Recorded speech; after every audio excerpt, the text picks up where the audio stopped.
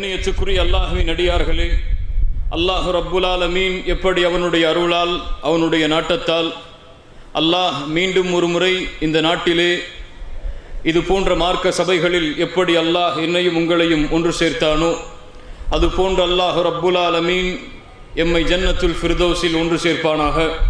அதிலும் குறிப்பாக அல்லாஹுடைய தூதர் முஹம்மது ரசூலுல்லாஹ் ஸல்லல்லாஹு அலைஹி வஸல்லம் அவர்களோடும் அவர்களுடைய தோழர்களோடும் அல்லாஹ் என்னையும் உங்களையும் உலக முஸ்லிம்களையும் ஒன்று சேர்ப்பானாக. மறுமைக்காக வாழ்வோம்.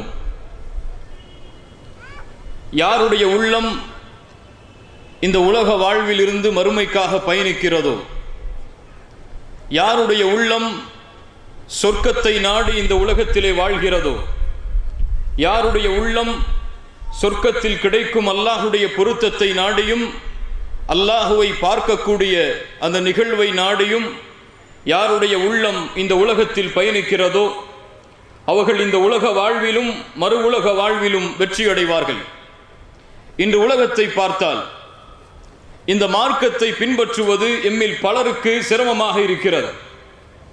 ரசூலுல்லாஹி ஸல்லல்லாஹு அலைஹி வஸல்லம் அவர்கள் சொன்னதை போல் இறுதி காலம் வரும், அந்த காலத்திலே இந்த தீனை பின்பற்றுவது நெருப்பை கையில் வைத்திருப்பதை போல். ஆம், ஹலால் ஹராமை பேணுவதெல்லாம், அல்லாஹுடைய மார்க்கம் எமக்கு விதித்த சட்டங்களையும் வரைமுறைகளையும் செயல்படுத்துவதெல்லாம் எம்மில் பெரும்பாலான மக்களுக்கு சிரமமான ஒன்றாக காட்சியளிக்கிறது. ஏன் தெரியுமா?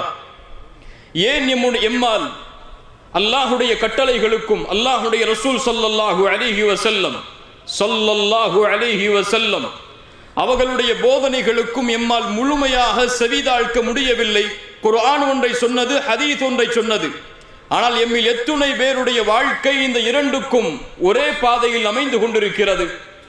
ஆயிஷா ரலியல்லாஹு அன்ஹா எம்முடைய இந்த கேள்விகளுக்கெல்லாம் தங்களுடைய வார்த்தையில் பதில் சொல்லுகிறார்கள். இமாம் புகாரி ரஹிமஹுல்லாஹ் ஆயிஷா ரலியல்லாஹு அன்ஹா அவர்களுடைய இந்த வார்த்தையை பதிவு செய்கிறார்கள்.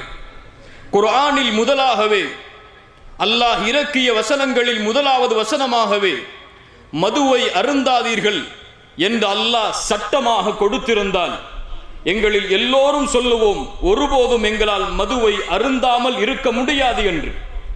குர்ஆனில் முதலாகவே அல்லாஹ் விபச்சாரத்தின் பக்கம் நெருங்காதீர்கள் என்று சொல்லி இருந்தால் எங்களில் பெரும்பாலான மக்கள் சொல்லுவார்கள், எங்களால் விபச்சாரம் செய்யாமல் இருக்க முடியாது என்று. ஆனால் குர்ஆனிலே அல்லாஹுடைய வஹீயின் மூலமாக எங்களுக்கு முதலாவது கிடைத்த போதனை என்ன தெரியுமா?